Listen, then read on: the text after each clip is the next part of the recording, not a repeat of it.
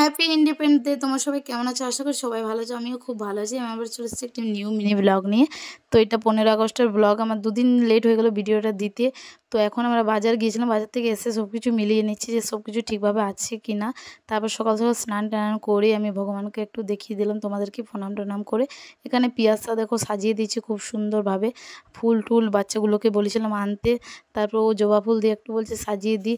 এখানে পায়েল চিনু পিসি বসে আছে, ওরা অনেক খেটে বসে আছে কি বলবো।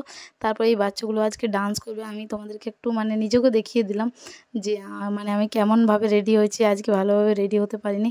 আর ছোটো ছোটো বাচ্চাগুলোকে দেখিয়ে দিলাম, কারণ এরা হচ্ছে আমার স্টুডেন্ট, এরা ডান্স করবে আজকে। তোমাদেরকে ডান্সের ব্লগ পরে দেবো। এখানে পতাকা ওঠানো আমাদের হয়ে গেছে। তারপর সবাই মিলে একটু ফুল দিয়ে দিচ্ছি। এখানে ডান্সের ভিডিও তোমাদেরকে পরে আমি দিয়ে দেবো, কারণ এভাবে দিলে গানটাও বুঝতে পারবে না আর কিছু বুঝতে পারবে না, ওই কারণে। তো এখানে আমাদের সব কিছু কমপ্লিট হয়ে গেছে। আমি বলছি এখন যা যা আছে দিয়ে দাও।